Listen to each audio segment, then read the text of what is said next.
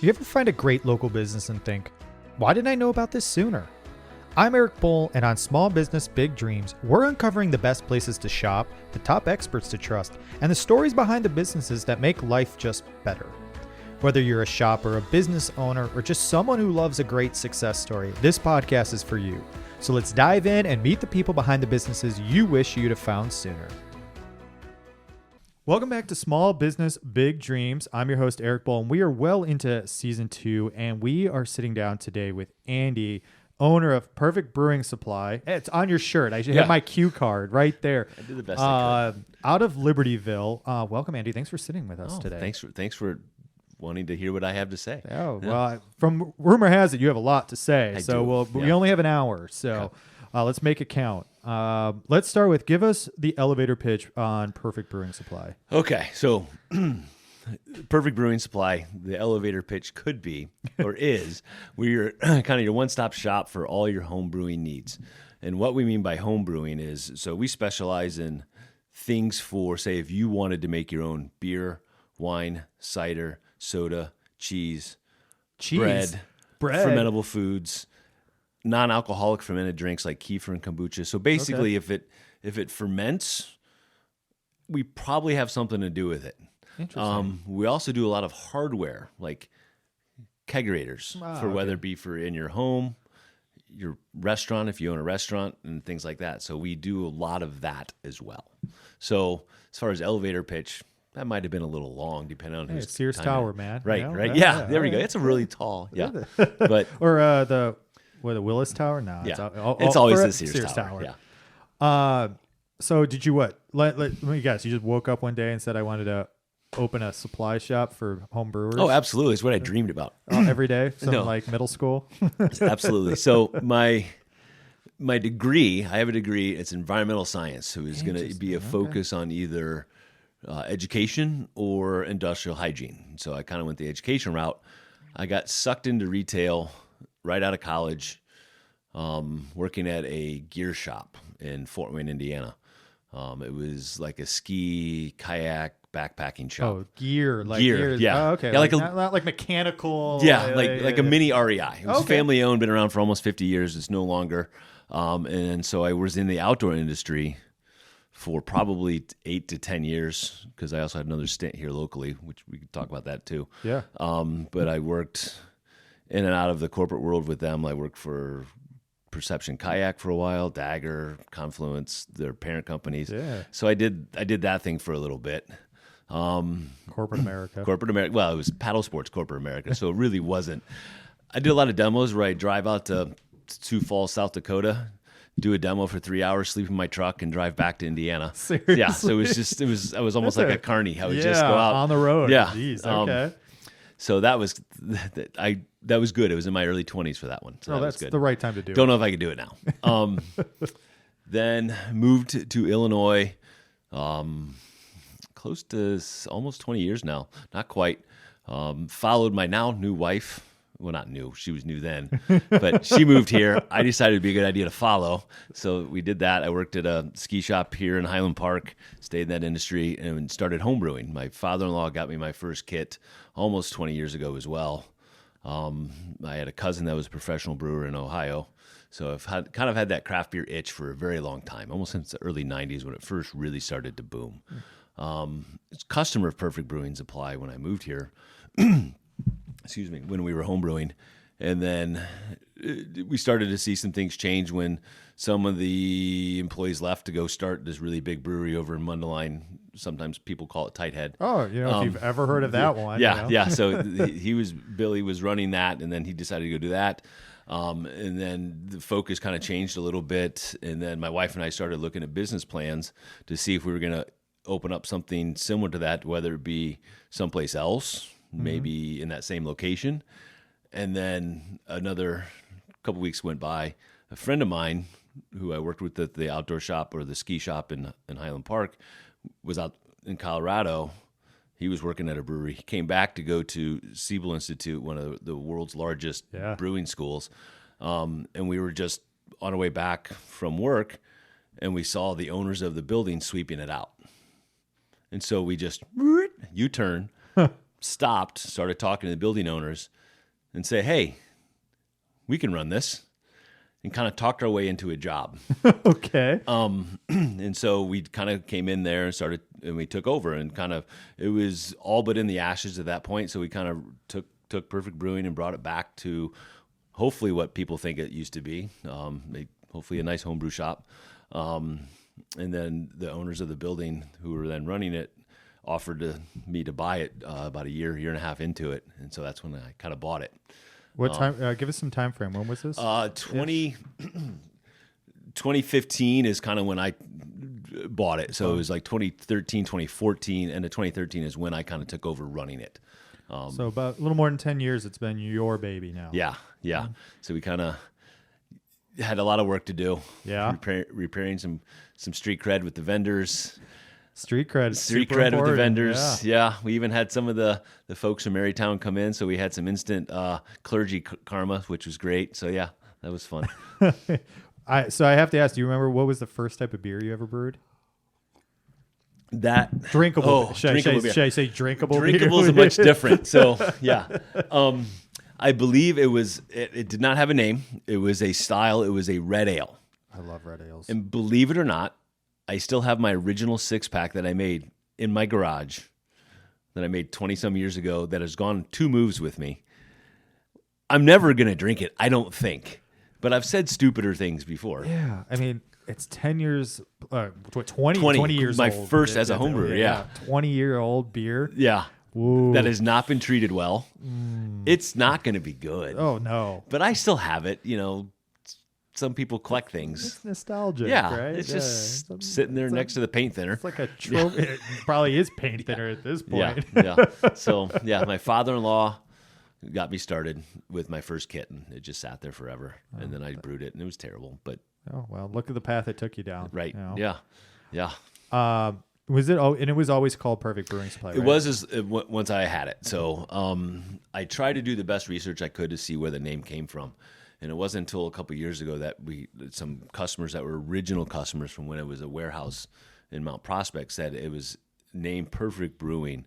And this is fuzzy, but the original owner also had an auto performance parts store called Perfect Performance Parts or something like that. So then they had the Perfect Auto, and then they had the Perfect Brewing, and so that's how the name kind of started.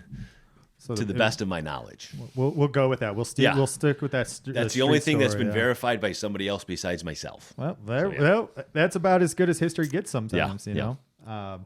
Well, very cool. So we've been doing this for a little over 10 years now. What were some of the early challenges you had to take on? Early challenges in the beginning were just getting it up and running again. Many times I've thought it would have been easier just to start from scratch than to take, but it had such a good following, such a good name. It was one of the first ones in the area. At that point, it I don't want to say spawned, but you had all these other breweries that popped up in Lake County that were all associated with it. Yeah. I mean, when I was talking on the radio this morning, we were talking about kind of the family tree of all the breweries or brewers that are now brewing somewhere professionally that have either worked at Perfect, taken a class at Perfect, have purchased at Perfect. So it's really, I was teasing them, we're kind of like some cosmic glue in the Lake County brewing scene, so to speak. But yeah, you're the common denominator. All right. Home brewing in general. So let me... Yeah, I mean, but somebody's got to supply it to them. Absolutely. So if it wasn't like, now correct me if I'm wrong, are there other shops like yours readily available, or is it? There were more 5 years ago.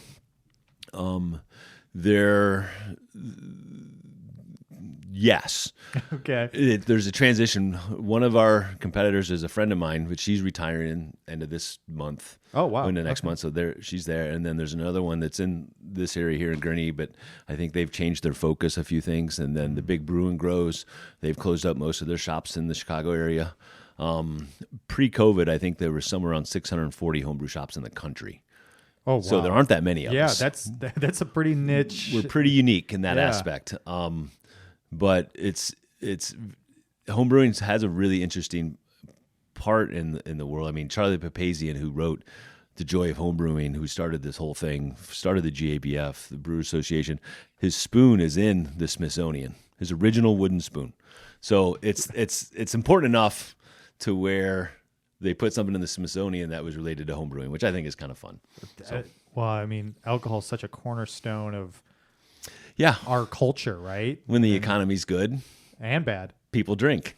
So the economy's bad. Yeah, we drink. Yeah. So,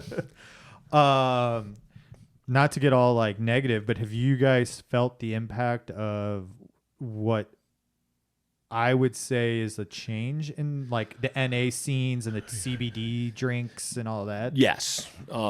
Whether it's a direct result of those, but there's lots of data out there, and it seems like there's new data coming all the time. There's the facts are there's less people homebrewing, and the reasons are very speculative, whether it being legalization of marijuana in the States, health reasons. That right now the demographic is aging out. There's a lot of people getting out of it. Economy. There's a lot of different reasons where it may just be taking little bites that way. This is also a very cyclic activity to where over the years it does ebb and flow throughout, and we may be hopefully just at one of those downturns when it's going to get big again, because this is very social. We're also noticing a lot of people aren't wanting to get together the same way they were. So this is a very social event. There's a homebrew club that meets at our store every third Thursday that is 25 to 30 people that meet once a month that get together, and that's what a lot of homebrewing used to be. There used to be a lot more homebrew clubs in the area, and those have kind of started to go away. So it's a very interesting time. NA Drinks have definitely done it. We've had to pivot a little bit and start offering more classes. We've added bread making, but our twist is that we take malted grains that you would normally use for beer, and add and mill it to flour and add that to a recipe. And so cool. We'll take like a lot of times your Belgian doubles or Dubbel double, I like saying that. Anyway, uses a specific caramel malt or a aromatic or a special bee or something like that offers a nice toffee raisiny flavor. We'll mill that to a flour, put about 10 to 12% in our recipe mix or our flour mix, and we'll make a really interesting loaf to where it comes with this different flavor, this different aroma that is just fantastic. So we've kind of tweaked it that way, and our bread classes are becoming very, very popular. Because we're past the sourdough craze, but we're way past it. But there's still enough people that never really got a chance to do it, and then we're throwing a totally different twist on it. So even if you've done sourdough, this is totally different. Yeah. That now you can buy specialty flour, allegedly, from us. Allegedly. Sorry, there was air quotes there. That's a whole nother story. But yeah, so we have all these things available, like a smoked malt. So if you want a smoked bread, or say if you want to add carafa, which is generally what uses to make a Schwarzbier or some stouts, you can add that smoked malt, which will turn your loaf jet black. That's kind of cool. Yeah, it's really cool. So we just from even a visual perspective. Yeah. And then you can add rye, so you get this dark rye loaf without being super dense. So that's opened up a whole new can of things that we're just exploring. Like, what can we do with this? And it's just becoming really exciting that way. So, sorry, I digressed quite a bit, but that's part of the business right there. I mean, finding new ways and staying relevant and changing and got to do what you got to do, right? And we try to stay in our lane with fermentation. I like that. So I didn't know about the cheese one. The cheese one is that one. I was like, what? Now you're talking my second language. Yeah. So during the shutdowns, we were saying we were the one-stop zombie apocalypse store because we had beer, wine, cheese, and bread. So it's like, this was great. But the cheese classes. So we do a lot of what we call our intro to cheese class, where we get people kind of started to see, hey, this is something that's really easy to do at home. There are some steps. There's a little bit of equipment you need, but really not much. Okay. And we do that more as a demo, to where we have people or even groups or corporate folks come in, and they will, for 3 hours, we'll sit and stretch cheese and make mozzarella. Oh my God. Yes. Make ricotta, some other things, and have snacks and kind of socialize that way, but while making cheese at the same time. So it's kind of fun. And we get to talk a little bit about the science of milk, the different beasts and what they offer.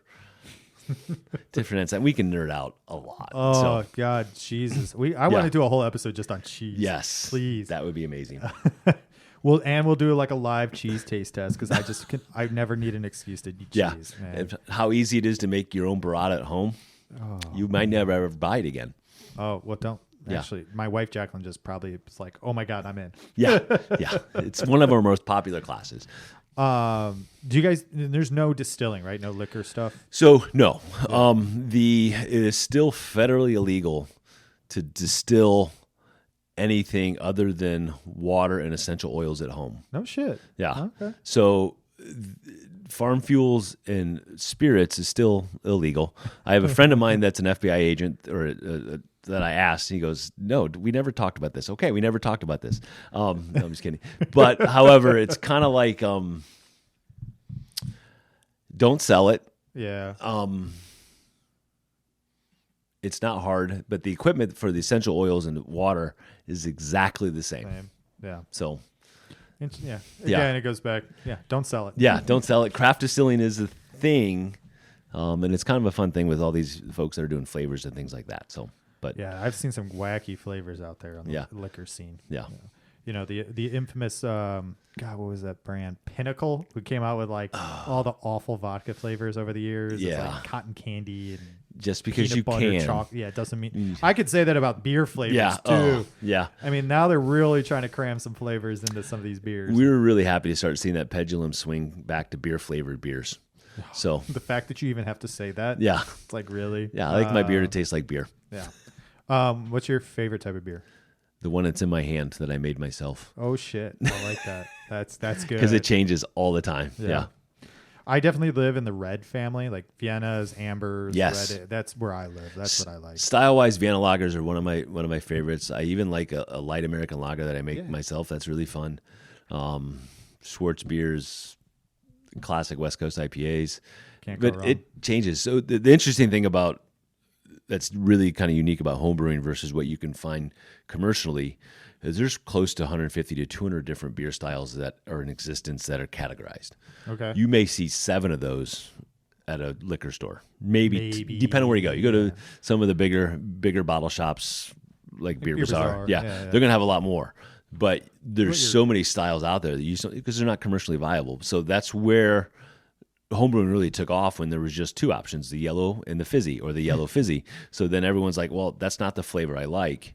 I'm going to go make it. And that's where that whole culture started in the early 90s when there was only a few options. I think it was Flying Dog and Sam Adams, and some of those were where a lot of stuff was the extreme. Original, craft beer. Yeah. We're doing so many air quotes today, guys. just pretend you see them. Yeah, okay? I just noticed that. I'm like, wait a minute, no one can see us. It's air quotes are not good. Anyway, yeah. So it's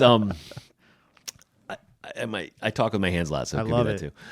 So there's been a lot of trends that way. So that's one of the fun things about homebrewing is that, like, there's styles you just don't see that you can make. What are like 2 or 3 like styles that probably even a good beer drinker's never heard of? Oh, there's looking into a Lichtiner, which is a Lichtiner. Yeah, it's a Polish beer which is using some smoked malt. You have I put you on the blank. spot. Yeah, there's. I mean, most of the sours you don't see that much just because they're so labor intensive and they can really foul up a lot of your equipment. You're seeing some Schwartz beers out there a little bit. There's only one brewery I know that does a Kentucky Common. That's Josh over at Black Lung. Yeah, I knew that. I applaud him all the time for doing that style because it's a fantastic style and no one's doing it.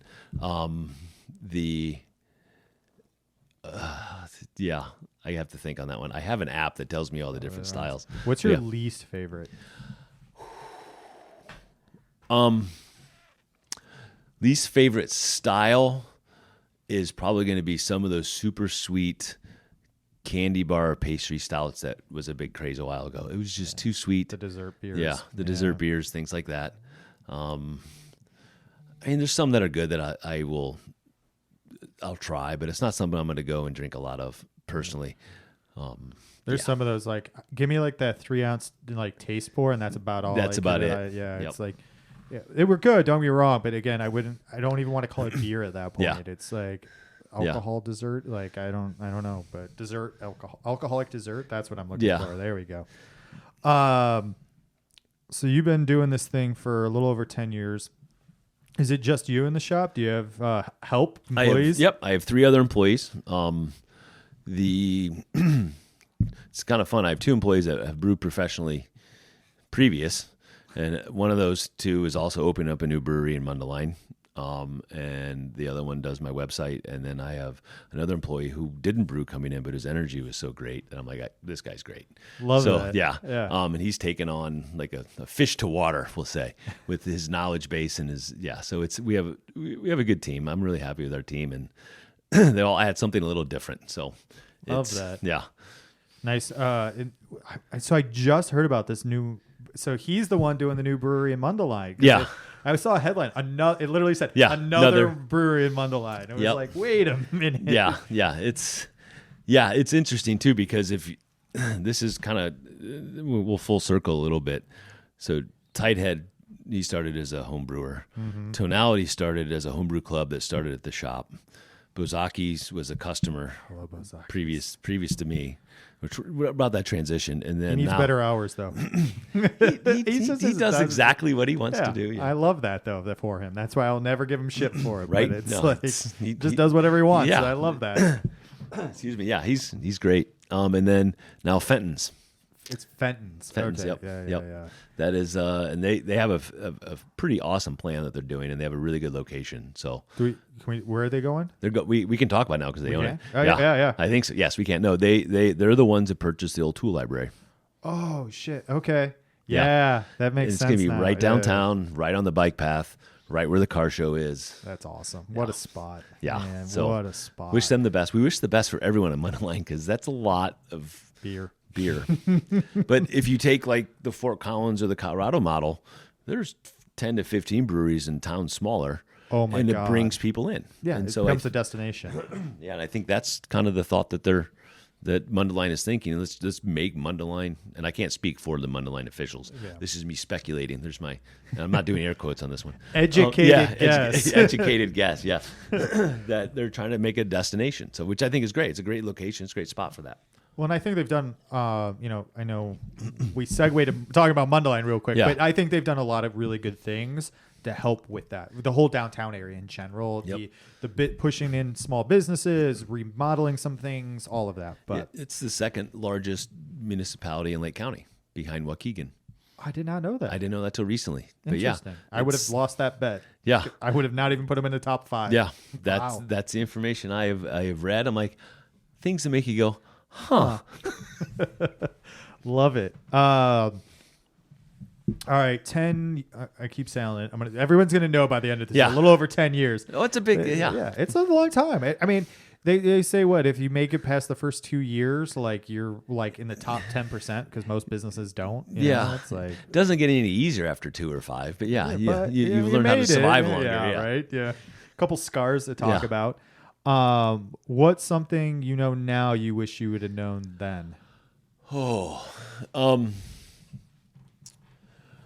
There's a lot of things that I would have liked to have known then, but I think the biggest thing in order to grow the business where I would have wanted to grow faster is more on a financial side of it. Go in with more money. Yeah. You and everybody else. Yeah. It was a hand to mouth kind of operation in the beginning, because I went from managing it to owning it. So we already had things operating, but I'm like, well, there's so many more things that I should have done. Coulda, woulda, shoulda. Yeah. And then having a little bit more capital in the beginning, we could have probably done some things that may have prevented a lot of headaches and pain points and pinch points that you're always going to deal with a small business. Now, there's no guarantee in that, but it would have made me feel better in the beginning. So, excuse me, I keep coughing. I've been talking all day, but yeah. Does that kind of lead down the road, like you kind of get what you pay for, like you did something maybe on a budget, sort of say? I wouldn't put it that way. Cost effective. It was absolutely, but it bit you in the ass down the road. Yeah. We're paying for it in sweat equity. Yeah. So we had I was sitting down with actually Rise Athletic Club out of Gurnee this morning, and he was telling me, he's like, he kind of went through a similar boat. He's like, I just didn't have enough money to do it that way. Yeah. And it's like I ended up paying for it, but I didn't have the money to pay for it in the front end either. Right. So it was like I was gonna lose either way. So it's just how bad am I gonna lose? Right. You know? You mitigate, you risk mitigate. But it's Yeah, it's part of the thing. You don't know till you know. Yeah. And so we all have 2020. Well, a lot of us have 2020 Yeah. hindsight, So I want to dive back in. So you were mentioning you guys do classes. Yes. Yeah. What's that look like? Are you guys doing them regularly? What classes do you offer? So, we offer classes. We generally try to have them booked out for at least 2 months ahead of time. Okay. We do classes through the Mundelein Park system, Vernon Hills Park system, Libertyville Park system, and in the store. And from time to time, we will do them at a brewery or spot near you. You can sign up for those on the Perfect Brewing Supply .store website. Okay. And yeah, they're most of the time with our classes / demos. We're either going to eat everything we make, or you're going to take something with you. Like if a brewing class, you're going to take a gallon of what we made that day to take home and ferment, because it's like a modern day lava lamp, to see it that way. The cheese, for the cheese classes, we eat pretty much all of it that day. Oh, I would. Yeah. I would eat all the cheese. The only thing, the wine class is a little bit slower. Okay. Because it takes a little bit longer. But the wine kits are 6 to 8 weeks. But we bring in the fall, close to 20 to 25,000 pounds of grapes from California for people to bring in. That's so yeah, so cool. they come in on a Friday. Most of them are picked up by Monday. So Wait, where do you keep all that? so we're a 2,700 square foot building. Yeah. That 3/4 of it's warehouse. That makes sense why I think it's so small. Yeah, So I've 'cause walked it's- in there and it's like I feel like I could touch all the walls. Yeah, but it goes Like, back forever. So we back up. Our parking area actually backs up to this Plains River Trail. oh, so you go way back. We go all the way back. Wow. Okay. Yeah. That makes way more sense. Yeah. So it's a giant overhead door. So the people that I bought it from, they own Lakeshore Stair Company, and so they owned all 3 of those buildings. So that's where they did all the manufacturing for stairs at one point. So That big space in the back. Yeah, I'm like, where do you guys keep it? Yeah. All? But Yeah. that makes sense now. Yeah. Okay.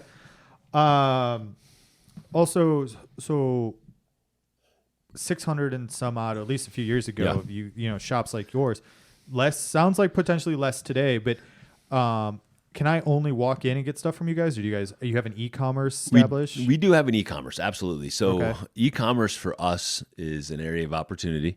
We are still very much a brick and mortar store where people want to come in and look and see stuff. But that's where a lot of the larger homebrew retailers are going, to where they've closed. The largest one closed all their brick and mortar stores. They're online Overhead only. costs, Yep, yeah. they just closed that down. And most of them are going that way. But we're still trying to eke it out as long as we can, where people will support us to be a brick and mortar store, because some of the things that are really important to us is community. And you can't build community online, in my opinion. You got to do it in person. And so is it the most profitable way? Probably not, but it might be at some point. But really, we try to build community. That's why we're doing so many different classes with the different parks. We're doing things with adult special needs classes. We things for the elementary schools around our area and the kids classes the schools that my kids go to, because it's more than just beer for us. It's really, how do we bring people together? Fermentation science is really fun. You can always tell a home brewer or somebody that ferments at home when you're sitting at the bar, because they're throwing out words that I think they're saying just to make themselves feel smart. Because your $10 word today. Yeah. It's but it really is. But why that happens, because people are so excited. They want to learn everything they can about this craft, this community, and they're very, very excited about it, because you get to play with science. I mean, for a while, our biggest customer base was engineers and chefs, because you could build something and then you get to drink it. It's a win-win. Yeah. So up until last 10 years, you had to build all of your own equipment. Now there's manufacturers that are building brewing specific equipment for the home brewer. So I remember I had to build like a steel erector set rack, my first, and cutting kegs open, which is illegal too. I didn't know then.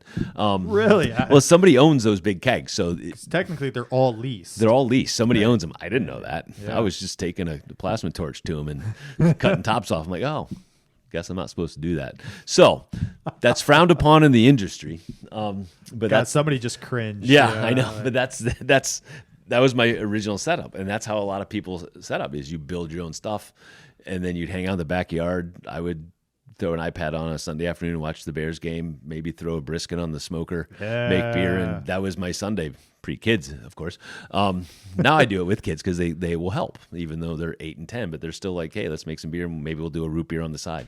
So love that. I digress again because I can.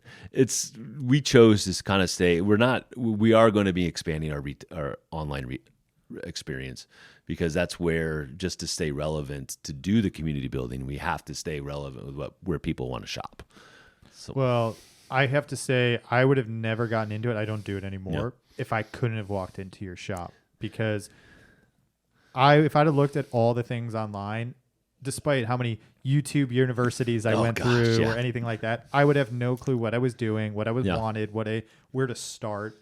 Like, you guys were so helpful. It was like, I walked out of there feeling confident I could do it. Now, could I? No, it didn't work out real well in my favor. Yeah. But, it was definitely like one of those where I like shopping in person for most that's how I am. Things.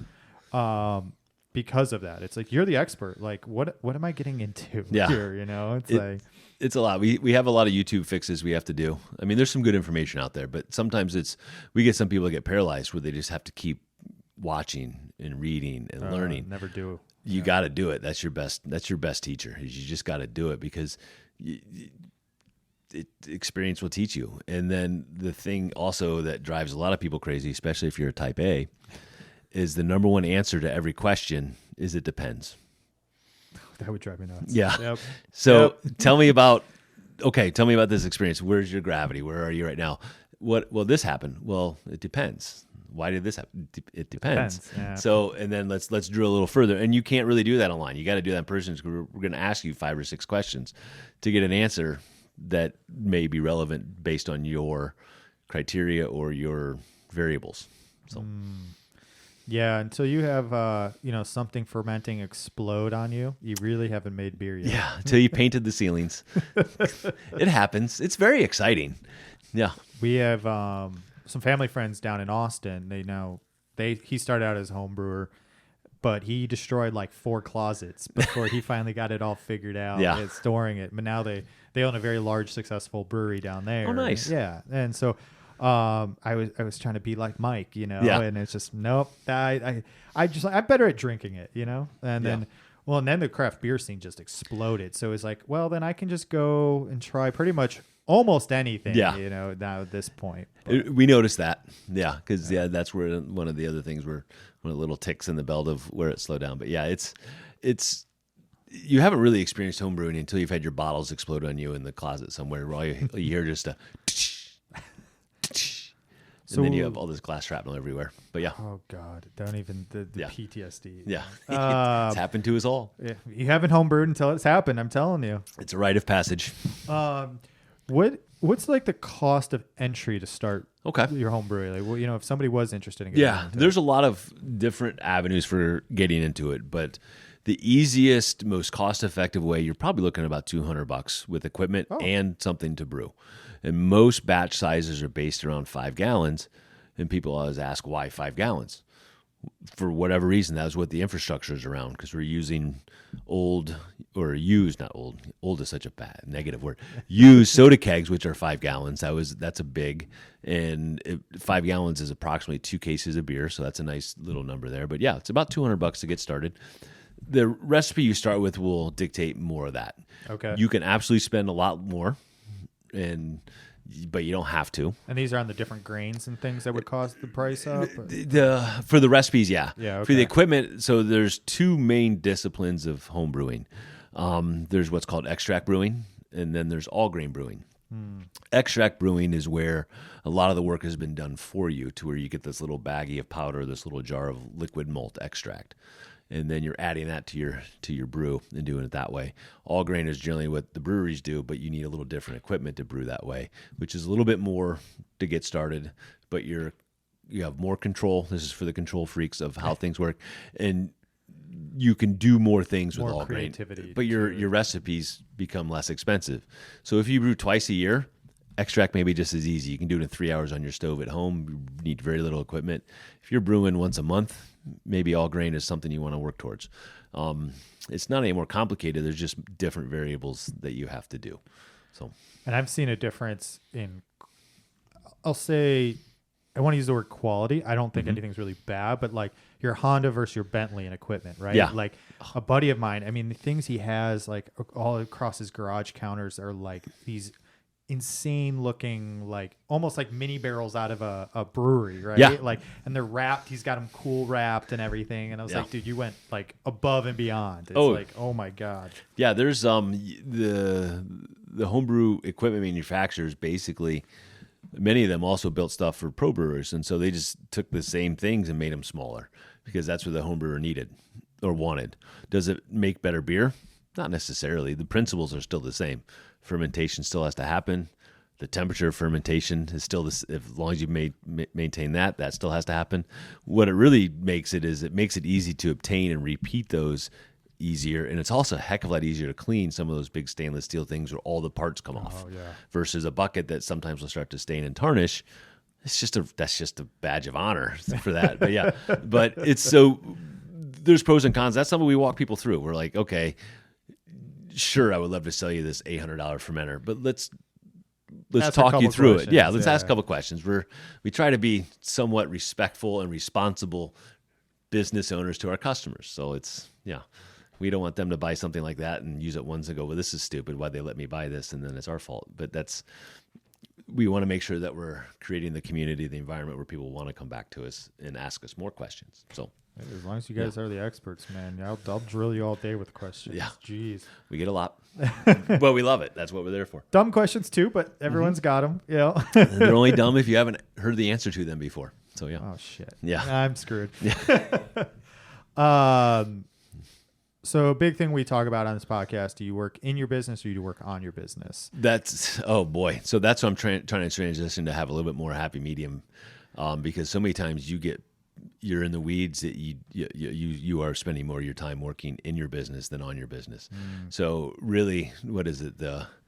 There's that, I don't want to necessarily plug anyone that's not supposed to, but there's a well-known person, Dave Ramsey, where he's like, yeah. Okay, are you on the treadmill? Are you this? Are you that? Where are you? So every business owner, you're trying to get to that point to where you're running your business and not letting your business run you, or working in it, to where you can see some big pictures because your head gets up a little bit more. You can see, okay, this is the vision. This is where I want to go. And that's a struggle for every small business is you get so stuck thinking you have to do it all.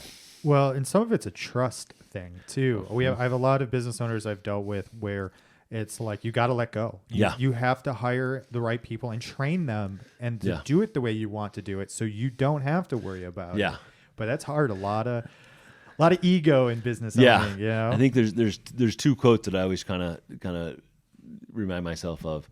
Is everyone says the old adage is your customers your number one priority. It's like, no, your employee is your number one priority, because if you take care of your employee, they're going to take care of your customer. Yes. And so you got to take care of your employees so that way they instill that in the customer.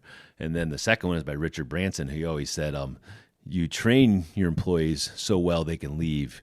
You treat them well enough that they don't. Ah, that's so good. So those are two things. Now, I hope I can't say that I do. You'd have to ask my employees on that, but I try based on the confines of our business. So yeah. How long have they been with you? My newest employee is at least 2 years, 3 years. You're doing great. Yeah. They tend to stick around. People quit bosses, not jobs. Yeah. And I my day job, I had a larger team, and it's one of the biggest things I took pride in was to make sure to not be that boss. You know? It's don't be that guy. Yeah, I don't want to be that guy. There's times you got to be you have to. You have to be, because it's at the end of the day, you have to sign the checks and keep the roof over the head. And you got to be responsible to you, your business, your employees, and your customers. So yeah, at some point, sometimes you got to be a little bit fiery. We'll say. God, I've only once enjoyed firing somebody. Yeah, they deserved it. Yeah. Well, I guess I say fiery and not firing. I've only had to. It's not something I like to do. Yeah, no one does. I mean, who likes confrontation? Yeah, there's a couple people, but most people don't like confrontation. Yeah. What? Oh, I like this question. I like to do. What's one thing you learned about yourself in running a business while running a business?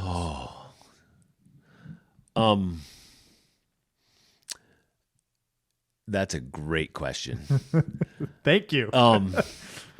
There's been many things, I think. I have a fantastic wife who's able to put up with the hours. So you got to, it's good. Yeah. Yeah. Granted, she also does my digital strategy and marketing, so that helps. But she also understands what it takes to run a business. Some of the things about myself is that I realize that I really can't do everything. You can get to a point to where you can get the business to a certain size, and then it's like my shoulders aren't big enough anymore. I can't. If I want to grow this, I can't do it on my own, and that's hard because I have only child syndrome. That explains a lot. Yeah, it does. Yeah, delegation is not my strong point. So it's in allowing people or your customers, or not your customers, your employees, to make the mistakes they need to make, so that way they can also grow to go, hey, you're going to make mistakes. That's fine. Don't make the same one twice. Let's grow and learn from this. And that was really hard to kind of take the hands-off approach. But things I learned about myself are, I'm not as good with money as I would needed to be, but I think that's probably every business owner. At least, my degree was environmental science. Okay. Accounting was not my thing. I haven't had too many people come in here and say like, "Oh, I crushed the accounting part of my job." You know, it's the number of hats that you wear. You're like, okay, you have to do it, but which ones am I not good at? And let's get rid of those, because that's getting in the way of progress. And so that's kind of where I am right now in my business process. Okay, which hats can I get rid of, so where we can grow this and really do better. So if money wasn't an object, what would you change or do differently this year? So change from what we're currently doing is I would like to manage our retail better. Our inventory better. I'd like to have more inventory. More inventory. Okay. Because it's with the online world, everyone's gotten used to, I can get it now. Today. Yeah. So if I could responsibly have more inventory, because unfortunately we still have to pay for said inventory and it has to sit there for a while, that would be a fantastic puzzle to solve. We are looking at some avenues of expansion, because I did say that we are backing up to the Des Plaines River Trail. It'd be really cool to open up that gate behind us there and maybe have people be able to purchase a cold beverage on the trail. Oh yeah, as we're there. So that's something we're looking at. Got to talk to our landlords. I don't own the building. I would like to, but I don't own the building. That's another one. Yeah, that's another thing. And then talking to the village, make sure they're good with that. Since but we've started some talks just to see what's possible. I think the Lake County Independence Grove. Yes. I think they set a really good precedent for something like that. What a fantastic place. I love that beer garden, man. Yeah. Years ago they should have done that. Yeah, years ago. That is such a great environment, because it's a social atmosphere. You go out, you have a couple beers, you get to look at the lake. Kids have a place to go, so you don't have all these brewery owners that are complaining about their kids being in breweries. That's a whole thread on Facebook somewhere, I'm sure. I think there's a private Facebook page about it. And it was funny because when we travel, when we have our kids, we'd always look for breweries, because it was just, the menus were always better for the kids. We could sit and relax a little bit, have a beer. So we were those parents that would bring our kids to breweries, but we were respectful. We didn't let them run around and tear the place. Yeah. But yes, there's a balance. Yeah, there's a balance. That's a whole nother podcast conversation with kids and breweries. And yes, I also think there's got to be maybe a law, just a common courtesy of after a certain hour at the bar, in the bar part. Yeah. Of just children, I want to be there, and then I'm I love kids, all that, but it's 9:00 on a Friday night, and I just want to slam some whiskey, man. Yeah. I just, it's a different. Sometimes I'm at the bar because I don't want to be around my kids. Yes. Wait, did I say that? Yep, and I've got it recorded here. I got it. Okay. But you look for that break. But then there's times noon on a Sunday, and just hang out and play hard games with the family and have a beer. Yeah, absolutely. Totally. And the food truck with a food truck. Yes, food truck. That's key. So back gate to the Des Plaines Trail, that would be really cool. That'd be fun. And it's still too early to really say. Yeah. But hey, you never know. Yeah. Don't know unless you try. Don't know unless you try. Yeah. Or they always say, I always like to use the one, the answer is always no unless you ask. Yeah. I do use that. I use that in my day job a lot. I'm like, you don't ask, you don't know. Yeah. It's like. Shoot first, ask questions later, or ask for, don't. Ask for forgiveness, not permission. Yeah. It's easier to ask for forgiveness than that's permission. it. Yeah. Or you miss 100% of the shots you don't take. Oh, yeah. We could go all day. All day. I'm full of bad cliches and quotes and all of it. So I'm glad you're keeping up. I do what I can. Yeah. I guess family, on the note of family, let's talk about that a little bit. How do you balance running a business and having a circus at home? I mean, a family at home. It is Sorry, a circus. No, you're right, because we said earlier, I have 2 kids. Somehow we ended up with 5 cats and 2 dogs, and my wife and my mother lives with me. So yeah, it's a balance. It's a lot. I mean, having an understanding family is a big one. Yes. Having a fantastic staff is another one, and letting them know that family's always first. And say, okay, my kid's got a soccer game. I'm going to go to it. Yeah. We're going to have this covered. This is why you're here. And trust that it's being done. Yeah, exactly. So that's a big thing, because family is very important. So you want to make sure you always cut time for that. There's definitely a lot of different mentalities out there to where, like, you make your sacrifices now so that you can live the life you want to live later. But then what are you missing now that will really shape what later looks like? So it's like there is that balance. Like, you need to put your time in. There's only so many hours in a day. Yep. You still need to sleep. Every now and then you need to eat. Debatable. And so it's just, you just accept the chaos. I mean, one of the things that my wife and I, she owns her own business as well. Oh, wow. And I have another business with some rental companies. I used to have an ecotourism business, so I've always kind of entrepreneured it. But one of the things that we kind of started saying is we figured out how to put the plane together on the way down. You just do it, you know. Maybe bad timing on that. Yeah. You know? Yeah. It's been a rough few months. I apologize. That Toronto one was rough. Man. Yeah, but that's kind of how we kind of look at it. You just kind of, you just figure it out. Yeah. Obviously, you have a plan, but then you figure it out. So. Well, and then there's also, no matter how hard you plan, there's going to be things you weren't planning for that are going to happen, no matter what. Yeah. Contingency. You could have a contingency to the contingency, and you're still going to run into something. Plan A, B, C, and D, and then oh crap. Yeah. Right. Yeah. I want to, take. You mentioned you. I don't know if you want to, but it sounds like you have a couple. Wife's got a business. You have another business. Do you want to plug it? Sure. I mean, my wife's business is much more pluggable. She has it's Venture Right, social media, digital strategy, and business coaching. So that's very fitting for our crowd. Yeah, she was going to make movies out of college, and then she got sucked into retail as well, making little parts move for an engineering company, and then I hired her at the outdoor store, and she's the reason we moved here and did it that way. But she really she didn't like social media at all until she started learning about it, and then noticing all the struggles that other small businesses had with it, because you really need to have a presence. But most people don't necessarily have the time to do it or don't want to do it. And that's where she kind of came in. She kind of hit that middle price point, so to speak, to where small businesses that are less than 10 people, she offers a lot of tiers to where, okay, I can coach you, tell you what you should do. We'll do a strategy. Here you go. Here's the plan. Here's how you want to do it. Here's your fishing pole. Yeah. Yep. Here's your mission statement, or not mission statement, but here's your initiative. And then, or she if you really want me to, I can run it for you. Yeah. And then web development with that stuff as well. So it's great for me because she runs all your stuff. Yeah, she runs all my stuff. I get a lot of the testing, so that Fair. sometimes is good and bad. But yeah, the other one is really hard to plug. I have some houses that I own back in Indiana that I rent out, so that's really not a pluggable.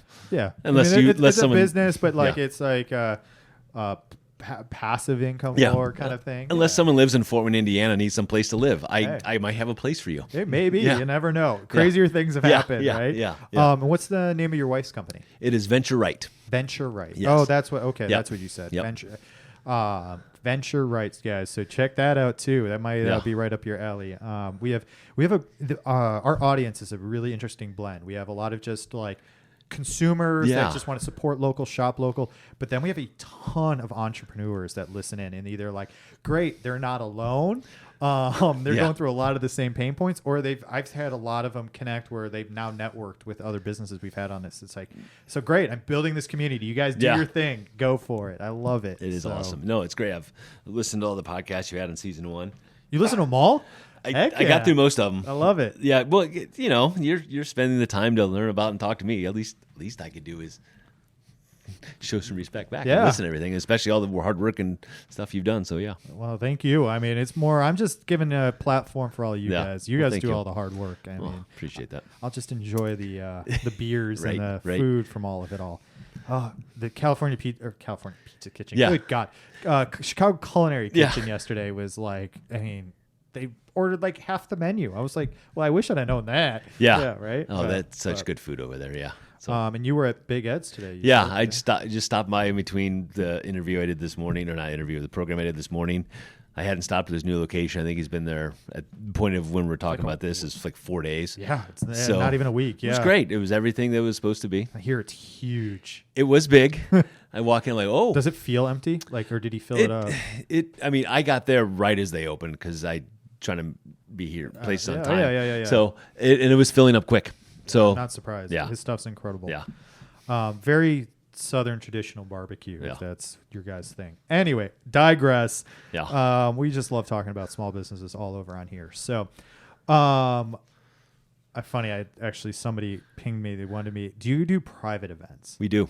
Yeah. So if like I have a big enough group or do you do private events on location or like or at your location, or do you come to like typically? Depends on the event or what you want to have happen. Okay. We started a program more officially 6-7 months ago called Brew on Premise. So Brew we're on looking Premise. beer specifically. Say if you and 6 of your colleagues or 12 of your business people want to get together, you can come to us. We have a pilot system that is basically a mini professional system that we can brew a beer of your choice. We can ferment it. We have temperature controlled fermenters. Little itty bitty. Little Sorry, I'm guys, doing yeah. the sign in the Yeah. little ones. And then we have a canner, and we have somebody that can do labels.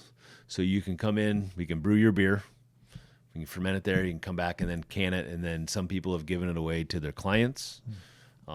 But you can't sell it. I can't sell it, and someone from the group has to be there when we're doing it, because if we're doing it by ourselves, then we're brewing beer for somebody. And I'm a great middle management. I'll Yeah, supervise all yeah. day. So that's one of the reasons why we're also looking at just getting that brewer's license for those events, so we can do more for people that may just want, hey, can you contract brew that? I have an office event that I want this special beer or this wine, because we can do wine too. Wine takes quite a bit longer because I'm just now bottling 2024 fall. Oh, 'cause 4 or 5 months now later. Yeah. Gonna be start doing that. So then it won't be ready for another year or so. But we can do that with some of that stuff. Some of the stuff we can get quicker. That sounds like you almost get into like white labeling beer almost. Absolutely. Yeah. So that's one of the places of growth we're looking into. But we do private cheese classes where like we'll go to Sundial. We've done them in Tighthead. We'll take that show on the road and we'll do it that way. We can do. Do you have to be at at an establishment like that, or like if I said like I had 10 people here at my house and We could do that. It's just that one is no one's we will do it. No one's asked us that one yet. okay, curious. Yeah, I was just yeah. It's like I would like have a cheese party here. Well, Yeah. it's a good group, and I'll bring some beer out, bourbon, Yeah. and we'll make some cheese. Yeah, the challenges with doing it at people's homes, which we can do, is we really like to demo, and at least at our space, since we're so big, we can One accommodate big a lot of table people, kind of and thing. more people can see. If you do it at someone's house, it gets a little bit harder if you have more than like 6 people, because there's going to be 4 or 5 people that are really involved in the process. So I'll just rent out the barrel room at Harbor then. that works. Yeah, absolutely. We'll just party in there. And Yeah. make some cheese. Yeah, making cheese. That's what you should do a cheese class at Yeah. Harbor. Oh, We are there's Ooh. we need to reach out. Yeah, there's so many of those things we need to do. It's just Yeah. we- I mean, but there's only so many people. There's almost There's only so much bandwidth. hour. Yeah, There's only yeah. so many. Yeah, exactly. Again, if time was an infant, money was endless. You know? Yeah, yeah. God, I told you, time. We're already Yeah. almost an hour in. Time's flying here. that's it. I can talk forever. Yeah, right. We kind of, talked about some of the other things that maybe I hate the word negative, but kind of impacted your business? Is there anything else that maybe positively or negatively that's kind of trending right now in your industry? I mean, I think one of the things that we're definitely paying close attention to is the folks that just became of age to drink, that generation of folks, they're not drinking as much. Mm-hmm. So in our industry, that's just a number to watch. But it is somewhat interesting that this is 2024 is the first year that more breweries closed than opened in the last 10 to 15 years. But an interesting number that hasn't been fact checked yet, but what's out there is that total volume of sales or barrels brewed or consumed is flat. So it's been the same for 5 or 6 years, even though there's all these other breweries that may be closing. People are still consuming. They're just consuming differently. And so, or it was oversaturated. Yeah. So there's that. So those are some of the numbers we're looking at. For us, we're really concerned with one thing, just how many people are home brewing. Because either the homebrewers are leading the trend or they're following it. We haven't figured out which is which yet. But for us, that's why we started putting much more emphasis on classes and demos, because there was a good 2 years where people weren't getting together or doing anything. Yeah, it's a whole big break in there. Yeah. For us, creating new brewers is a big part of what we do because we're adding to that community. It's a really cool thing. But the average homebrewer only brews 3 times before they don't do it again. Really? Yeah. I'm shocked. Oh no, I did it 3 times the next time. Yeah. Shit. Yeah. I'm a statistic. Yeah, you're a statistic. So that's that's what makes it having what we call the support group, a NUBS, North Urban Brewing Society, which is a homebrew club that meets at the shop. That was one of the first things that we wanted to make sure that we were a part of to get that going, because it builds that community, it builds camaraderie, and you get a bunch of people that are really interested, and it keeps people engaged, because a lot of times it's just engagement. People get really excited about the beer or whatever they make. Everyone's just going to talk about the pasta sauce or whatever they made, and like, oh, this is great. Yeah. But if you only have 3 or 4 people that say, oh, that's good, or if you take it to somebody that's also a peer, they're like, oh, this is great. Have you thought about doing this because this will happen, or something like that? So that's kind of fun. So we're back to your question. We're following some of those trends with home brewing. How many people are actually getting in it? The economic times we're in, it's interesting. I mean, a lot of our stuff comes from different places, so that's something we're paying attention to. Yeah. Now, fortunately, home brewing, it depends. We learn how to adapt. We learn how to adjust, and there was a time we had to make all of our own gear, so we just may have to get back to some of that at some point, maybe. Hopefully not. Oh, I didn't even think of it from that end, where no one's manufacturing the kits anymore, or like the smaller equipment. Mostly it's the hardware. Yeah. Kits, I feel fairly secure on, because most of that's domestic. Okay. Most of that's in country, or there's enough options in country that it may not be. I mean, Germany has some fantastic malts that we all love. Maybe we can't get it for a year or 2, but we have ample substitutes that are going to be American. Canadian malts are going to be a thing that's going to be, we're going to follow that, because a lot of stuff comes from Canada. At a 25% tariff. Yeah. Anyway, I'm not going to. Yep, I was trying not to go there, but I'm like, there. How about them Cubs? Yeah. They're still going to suck. Yeah. God, man, maybe next year. Maybe next year. So anyway, and maybe I misspoke with the kits, like because I bought a homebrew, and I say kit, like it had all the hardware stuff of it. So, so that's kind of where you're worried about too, is getting those smaller, individual sized kind of stuff. When we had that period of time where no one was getting together, and there was the docks were stocking up, there was bottle shortages, there was can shortages, there was plastic shortages, there was all those kind of things, where we just couldn't get stuff. Yeah. And so it's hard to sell things you can't get. Yep. And which makes it hard for us to pay the light bill, which makes it hard to pay employees, which then makes it challenging. There's a trickle-down effect. So it's big time. Yeah.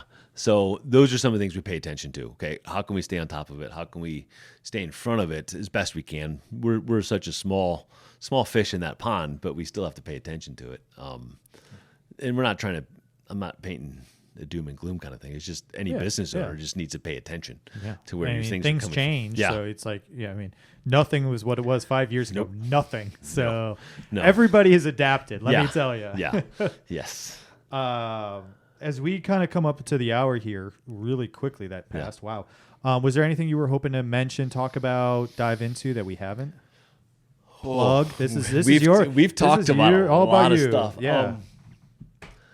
I guess we'll make it a shameless plug. If you've thought about Please. home brewing, come out take a class, or you just want to know more about beer. Okay. Come out take a class. If you like making wine, because wine industry is even worse off than the beer industry. Really? It's just getting killed out in California because no one's making or drinking wine as much. We still have a pretty strong following of people that buy grapes from us in the fall. Wine is a fun thing to do from a cultural standpoint. I have been told I've been doing it wrong in about 18 different languages. Because everyone does it the way their grandfather did it, no matter where in the world they're from, which is, I love it. I actually get tickled pink when it says, this is not how you do it. This is how my grandpa does it. Okay, cool. But it's without getting soapboxy. I mean, people aren't getting together as much. These are great activities to where it's really fun. Mm-hmm. It's a pretty low cost of entry for a lot of different things. I would recommend or suggest or say, hey, come on and give this a try. We do a lot of different things, whether it be the beer, wine, take a cheese class. Oh, I'm definitely. As soon as you leave, I am signing up for a cheese class. I'm already in. The bread classes are great. Those are fun. The fermentable foods are getting fun.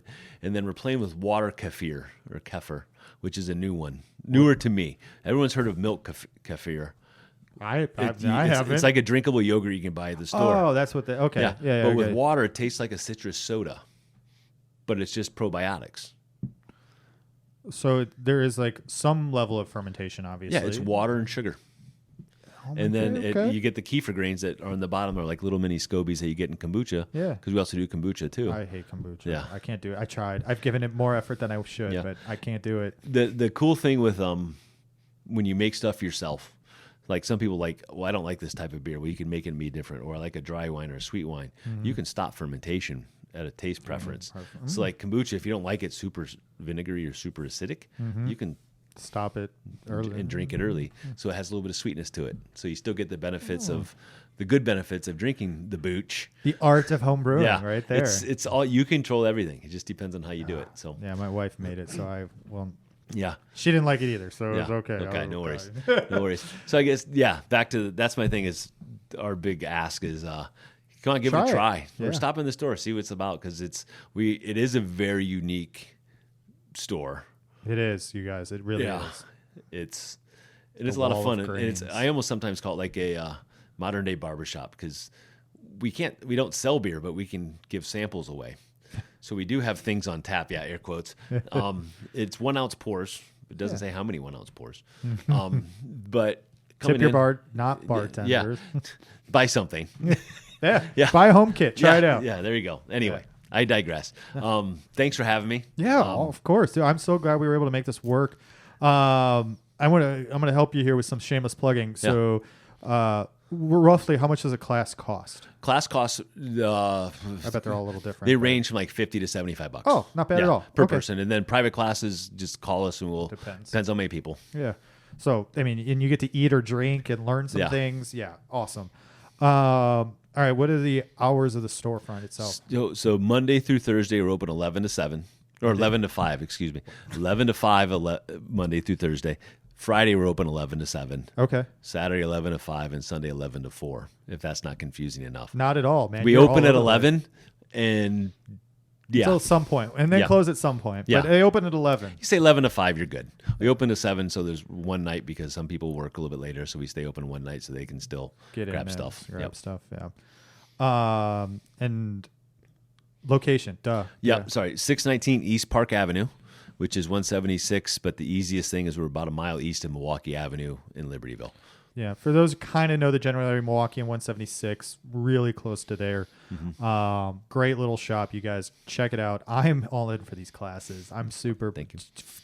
Cheese alone, but maybe the wine one. I didn't even think about wine. That sounds good too. Well, Andy, thank you for joining us today. No problem. Thanks for having me. Yeah.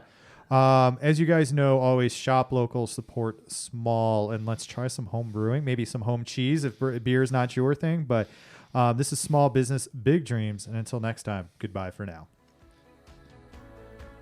Another episode and another incredible local business you wish you'd have found sooner. If you had fun today, share this with someone who needs to hear it, leave a review, and most importantly, put your money where your community is. Find a local business, show them some love, and tell them Small Business Big Dreams sent you. I'm Eric Bohl. Shop small, dream big, and until next time, goodbye for now.